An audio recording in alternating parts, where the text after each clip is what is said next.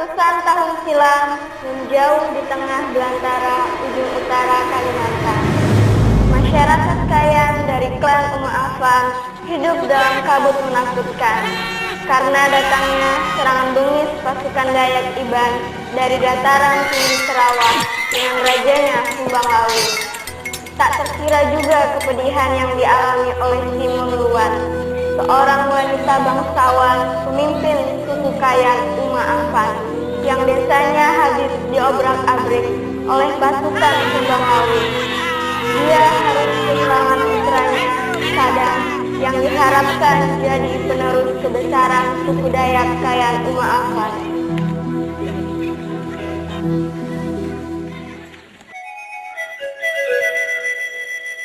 Timun Lawan dan putrinya Asung Luwan yang terkenal kecantikannya dan sisa-sisa prajurit setianya akhirnya berusaha pergi melarikan diri ke tempat yang lebih aman.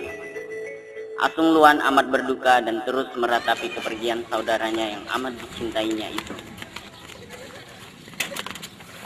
Ampun Tuan Putri, bahwa di istana kita ada penyerangan dari Sumbang Lawi, bahwa kita harus pergi dari sini.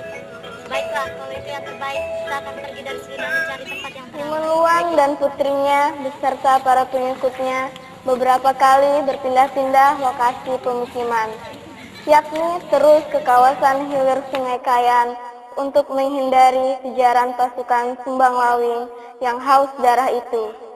Hingga sampailah mereka di sebuah kawasan cukup indah untuk menetap. Suatu malam saat sebagian kelompoknya terlelap dalam tidur, Timun Luwan membangunkan putrinya dan mengajaknya duduk di palai depan Lamin. Dia tidak ingin apa yang diutarakannya didengar oleh orang lain. Cukup lama Timun Luwan memandangi wajah putrinya yang begitu cantik, sehingga membuat Asung Luwan pun bertanya-tanya tentang apa yang ingin disampaikan ibundanya itu.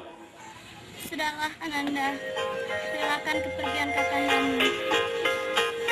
Bunda, saya bersumpah akan membalaskan dendam ini, walau bagaimanapun caranya.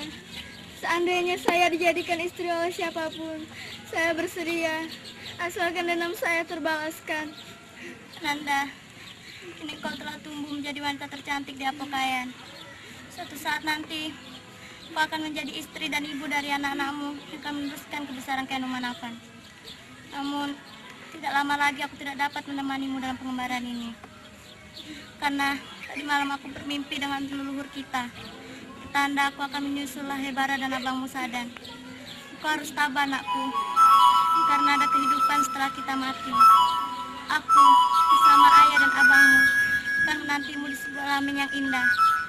Dan akan ada seorang pria gagah berani yang akan menjadi suamimu. Jadi tunggulah dia sebelum menyerang Sumbang Lawi. Syahdan dikisahkan ada seorang pangeran bernama Dato' Lancang, pewaris takhta kerajaan Brunei bersama dua penasehat spiritualnya, Dato' Mahmud dan Dato' Tantalani, melakukan pelayaran guna memperluas tanah kekuasaannya. Mereka berlayar hingga tersesat karena ada badai dahsyat. Beberapa pekan setelah terhempas badai dan terapung-apung mengikuti arus aliran sungai, tiba-tiba seorang prajurit Dato' Lancang berteriak, Lihat, ada kepulan asap di sana. Siapkan senjata, namun jangan dinampakkan. Kita tidak ingin terjadi perang, namun datang secara damai.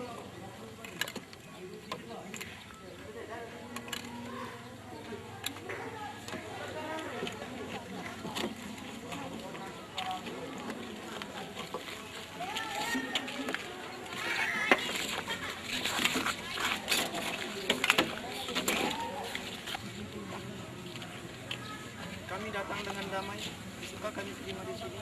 Tunjukkan bahwa kalian tidak mempunyainya. Silakan periksa kapal kami.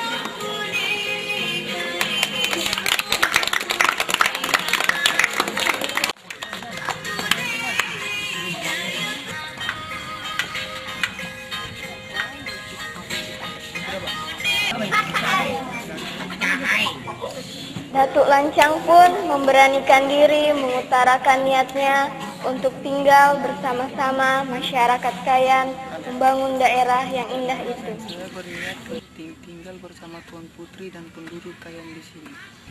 Tempat kami memang indah dan terlihat damai. Namun sebenarnya rakyat kami hidup dalam ketakutan karena sewaktu-waktu pasukan Iban yang datang menyerang. Saya bersedia menerima maksud baik Datuk, asalkan Datuk bisa membunuh Sumbang Lawing dan pasukan Iban. Baiklah kalau gitu sarapannya. Ampun Paduka, lapor bahwa pasukan Datuk Lancang akan menyerang pasukan kita. Apa? Paling-paling mereka hanya sampai di perbatasan saja. Kemudian Datuk Lancang pun menyampaikan hasil pertemuannya dengan Asung Luan berkaitan dengan niatnya kepada Pati Datuk Mahmud dan Laksamana Datuk Tantalangi yang sekaligus menjadi penasehat spiritualnya guna mencari jawaban atas syarat yang diminta Asung Luan. Melihat keteguhannya, akhirnya kedua datuk itu pun mendukungnya. Maka melalui sebuah musyawarah yang melibatkan tokoh klan Umah, mereka menghimpun kekuatan dari klan-klan yang ada. Selanjutnya menyusun strategi perang untuk menyerang Sumbang Lawing.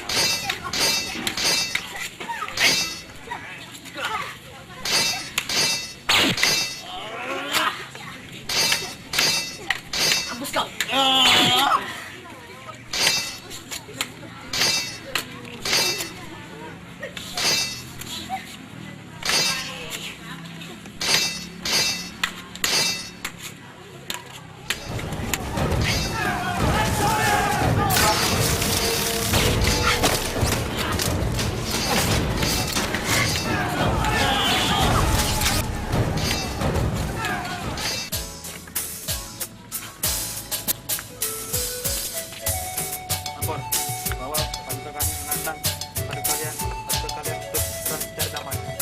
Lapor, Baginda, Pangeran Sumbang Lawing ingin menantang Pangeran ingin berperang secara damai. Baiklah, terima tantangan ini. Lapor bahwa Pangeran Datuk Lancang menerima tantangan Anda. Baik, akan saya laksanakan.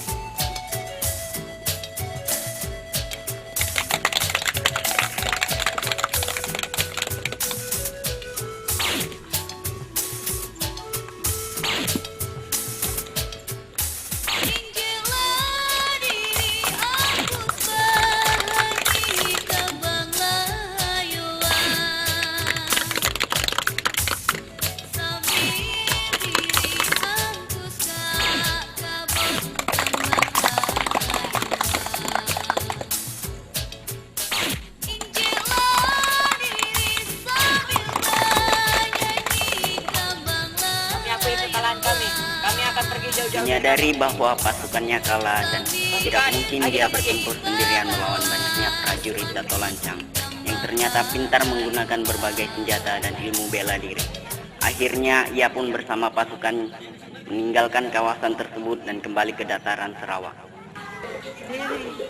Akhirnya Datuk Lancang pun melamar Asung Luan. Prosesi pernikahannya pun dimeriahkan dengan cara tradisional masyarakat Kayan dan juga tradisi Islami oleh bangsa Melayu dan Brunei. Keduanya diarak dengan biduk bebandung mengitari Sungai Kayan 3 kali.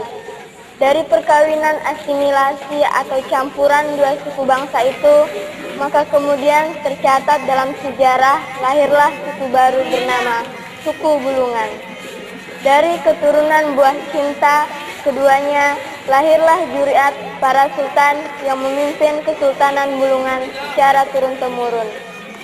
Dan pada setiap hari jadi Kabupaten Bulungan, prosesi mengitari Sungai Kayan dengan biduk bebandung terus dilestarikan untuk mengenang leluhur Bulungan, yakni Pangeran Brunei Datuk Lancang dan Putri Kayan Asung Luan.